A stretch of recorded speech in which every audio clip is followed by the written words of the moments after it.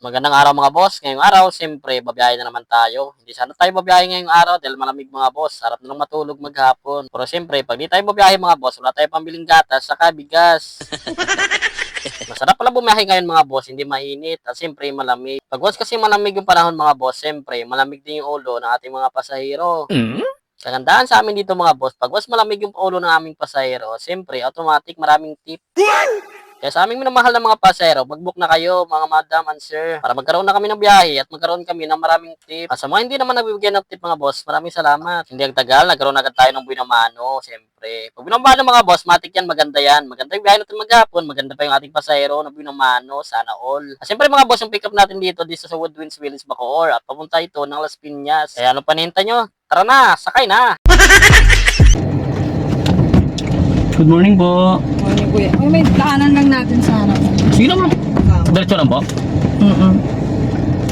Kay Dick Fernandez, no? Ito, saan? Dito sa right side lang po. Sa bagong guardhouse. O, di ba mga boss, pag nagkaroon kayo ganyang kagandang pasero, kahit halindi, babiyahe talaga kayo. At siyempre, dito na kami sa kabaan ng River Drive mga boss. Dito pala ako dadaan papuntang Las Piñas para makaiwas kami sa traffic doon sa Alabang sa Puti Road. At siyempre mga boss, pag dumaan kayo dito sa River Drive, mag-ingat kayo dahil masikip lang yung kalsada dito.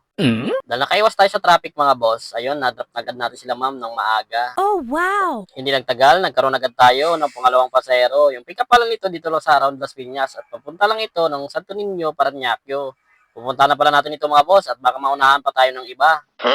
Na siyempre mga boss, para makarating tayo ng maaga sa ating pick-up location, mag-shortcut tayo dito sa isang village para makarating tayo ng maaga. Walang bantay dito mga boss, may bayad sana dito kaso walang bantay, kadretso na lang tayo. Dahil di tayo nakapagbayad sa gate mga boss, no, maagang balik sa atin ng karma. At ayun na nga, nung pagpasok natin sa gate, tatlong liko na lang, nadarating natin itong road repairs. At siyempre, hindi tayo makatagos dahil sarado dito. Kailangan natin bumalik ulit sa kabilang kanto.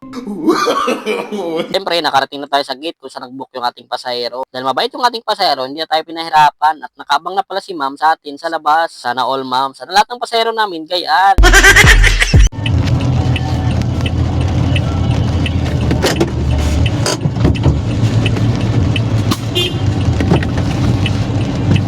Ma'am, sista po, Alcantara. Parañaque ito ma'am, no? Ako.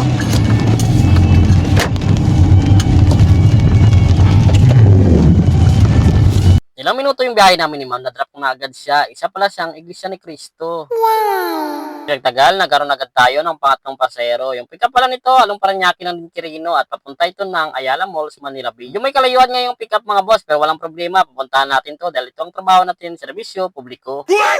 Hindi nagtagal, nakarating na agad tayo sa ating pick up location. Good morning po, Marquez po. Good afternoon na pala, kala ko.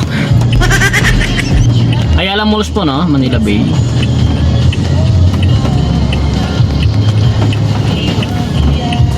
At papunta na kami ng drop-off location. Pero nakikiusap si ma'am sa atin, baka pwede magtikal siya muna saglit sa Matis dahil masarap yung pagkain dito. Medyo bawal tubos ng konti pero bilang Pilipino, pumayag tayo dahil baka nagugutom si ma'am. Mga pabinits ko lang sinintay at nakabalik agad siya. Bilis mama. Kaya kumain sa Matis. Problema lang, parking kasi minsan talaga hirap. Ano yan? 24/7? Parang 24/7 sila open eh, no? Hanggang alas 2 po ata. Nang madaling araw? Opo. Parang, ibig sabihin na, parang kayo kung narinig, tagal na yung second branch nila dyan, magkakatabi-tabi lang. Ito po ang original. Magpipinsan kasi may-ari at kakapatid. Pero yung bagong branch na yun, parang buwan na ba yun o bago lang talaga? Matagal na yun. Matagal na yun, hindi ko napansin. Ay ngayon ano, hindi ko kumain yun.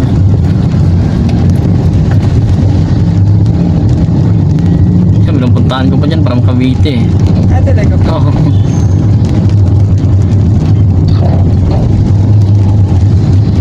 Siyempre, hindi nagtagal, na-drop na natin dito si ma'am sa Ayala Malls, Makapagal.